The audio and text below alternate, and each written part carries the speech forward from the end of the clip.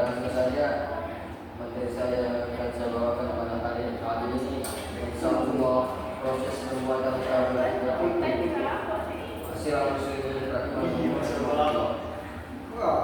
proses ini disebut dengan modification reproduction atau singkatannya MCD, di mana silikon dan germanium bereaksi dengan oksigen membentuk SiO2 dan GiO2 yang kemudian menyatu dan membentuk kaca.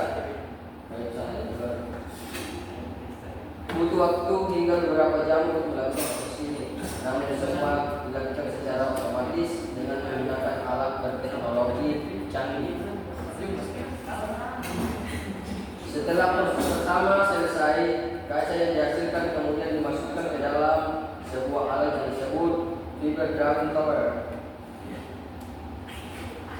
Gula dipanaskan hingga mencapai 1900 sampai 2200 derajat Celcius hingga akhirnya kaca tersebut meleleh. Berikutnya leleh tersebut jatuh melewati laser mikrometer hingga akhirnya membentuk serabut atau serat kaca. Selanjutnya yang harus dipastikan itu dalam proses pembuatan kabel fiber optik ini adalah pengerjaannya yang harus dilakukan dengan bahan baku atau kaca yang sedang dalam keadaan sangat panas. Lalu diperlukan beberapa perhitungan ketat demi menjaga agar perbandingan relatif antara bermacam lapisan tidak berubah dalam proses penarikan. Sekian, terima kasih. Ya, selanjutnya sesi tanya jawab. Yang mau bertanya, silakan.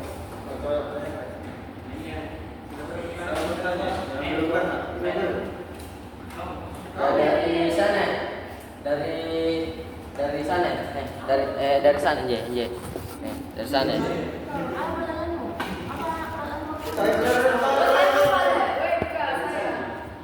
Apa?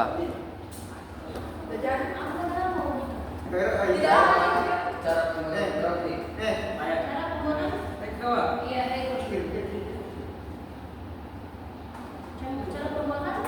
Beroptik.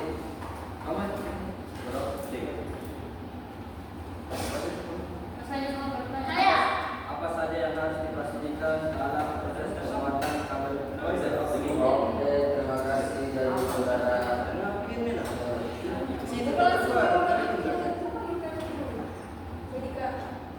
Nah, saya sudah.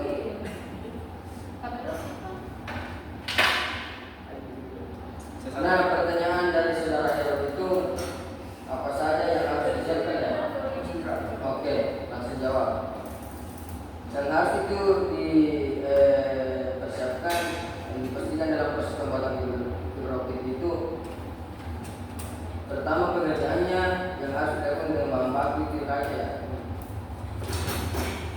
yang dilakukan dengan bahan baku sedang dalam keadaan yang sangat panas, lalu membutuhkan beberapa perhitungan dan ketat demi menjaga agar perbandingan pasti antara berbagai lapisan itu tidak berubah dalam proses penarikannya. Sekian, terima kasih. Apakah saudara ini dari saya? Selanjutnya dari saudara Naomi Fadila.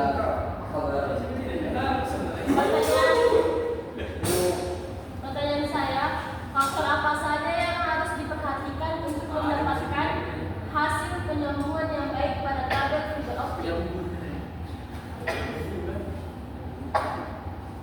Nah, di sini cara mendapatkan kualitas expression fiber optik itu yang baik ada 4. Yang pertama itu kualitas kabel sesuai dengan spesifikasi. Yang kedua itu alat sambungan atau splicer yang baik. Kalau yang baik itu ada 0,1 sampai 0,3 cara penyambungannya. Yang ketiga itu lingkungan harus bersih. Dibersihkan alkohol, gelap, pakai tisu. Yang terakhir itu jointer haruslah berpengalaman. Harus berpengalaman untuk kayak aktivasinya, apanya, prakteknya, supaya itu fiber optik tidak terpecah-pecah gitu. Oke, sekian, terima kasih.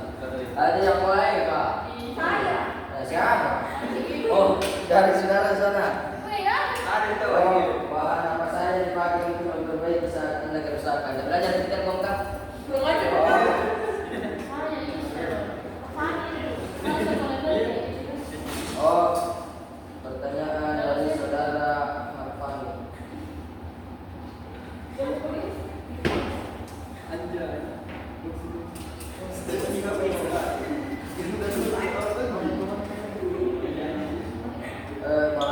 saja yang dipakai untuk memperbaiki saat ada kerusakan. Ini kerusakannya bentuk macam bagaimana? Kayak khusus atau bagaimana? Itu kalau semisal ada putus dari jarak 300 atau 100 meter atau lebih dari 1 kilo, itu diperbaiki melalui splasher. Splasher itu penyambungan. Untuk mengetahui putusnya itu menggunakan OPM. OPM itu optical barometer. Kalau mau dari simpelnya itu di laser. Di laser ketika dari POP itu ada di GD. GD itu gardu induk dari PLN. Di situ di laser melalui lasernya sendiri. Sampingnya di user itu kostumer misalnya ya. Kostumer di laser sehingga di sana mendapatkan hasil atau tidak ada hasilnya, seperti kalau putus itu join box itu join boxnya otomatis di situ menyala, berarti sampai user itu tidak menyala karena putus. Cara memperbaiki itu menggunakan splasher. Splasher itu alat penyambungan fiber optik. Oke. Yang segi maksimalnya itu atau hasil yang baik itu 0,1 atau sampai 0,3. Sekian, terima kasih.